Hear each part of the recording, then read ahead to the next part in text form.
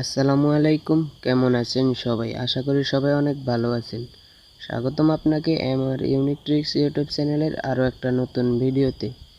আজকের ভিডিওতে আমি দেখাতে চলেছি কিভাবে আপনারা রমাদান মুবারক ফটো এডিটিং করবেন। তো রমাদান মুবারক ফটো এডিটিং করার জন্য আপনাদের একটা অ্যাপ্লিকেশন প্রয়োজন হবে, সেটার নাম হলো পিক্সেল ল্যাব। পিক্সেল ল্যাব অ্যাপসটির ডাউনলোড লিঙ্ক আমি ডিসক্রিপশন বক্সে দিয়ে দেবো। তো এখন সরাসরি আমি এডিটিংয়ে চলে যাচ্ছি।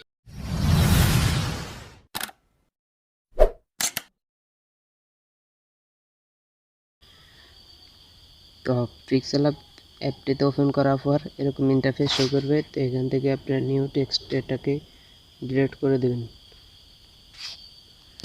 তারপরে এখান থেকে আপনারা এখানে ক্লিক করে ফরম গ্যালারিতে ক্লিক করবেন।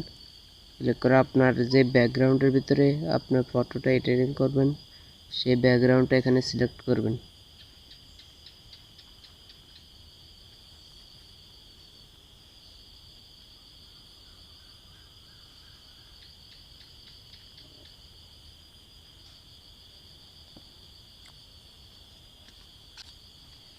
এরপরে এখান থেকে টিক মার্কে ক্লিক করবেন। এখন আপনারা যে ফটোটা দিয়ে রমাদান মোবারকে ফটো এডিটিং করবেন, যে ফটোটা লাগাবেন সেটা এখান থেকে ইম্পোর্ট করবেন।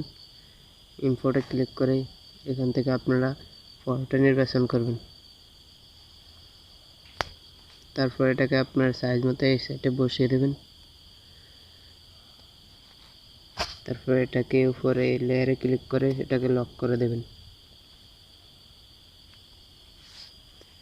তারপর আবার ইম্পোর্টে ক্লিক করবেন।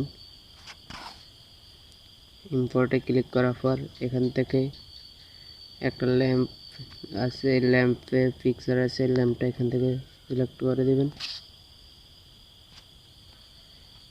এটাকে সাইজটা একটু ছোট করে কর্নারে বসিয়ে দেবেন।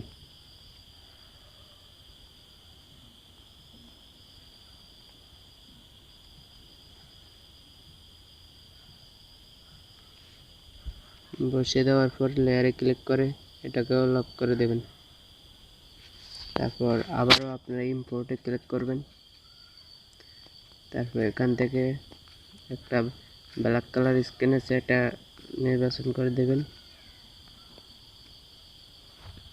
টিক মার্কে ক্লিক করবেন।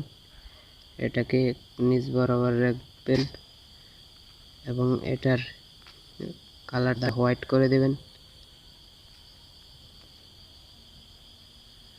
তারপর আবার ইম্পোর্টে ক্লিক করবেন। এখান থেকে মাহে রমজানের রমাদান মুবারক লেখাটা এখানে সিলেক্ট করবেন।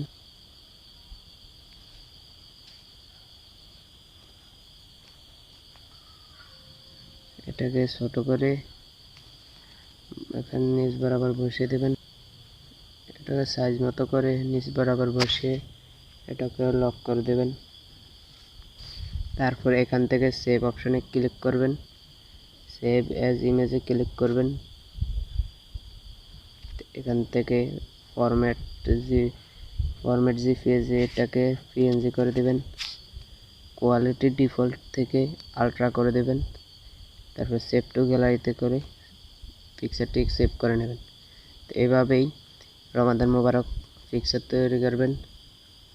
আজকের ভিডিওটা কেমন লাগলো তা কমেন্ট বক্সে জানিয়ে দেবেন। আজকের মতো এ পর্যন্তই। আল্লাহ হাফিজ।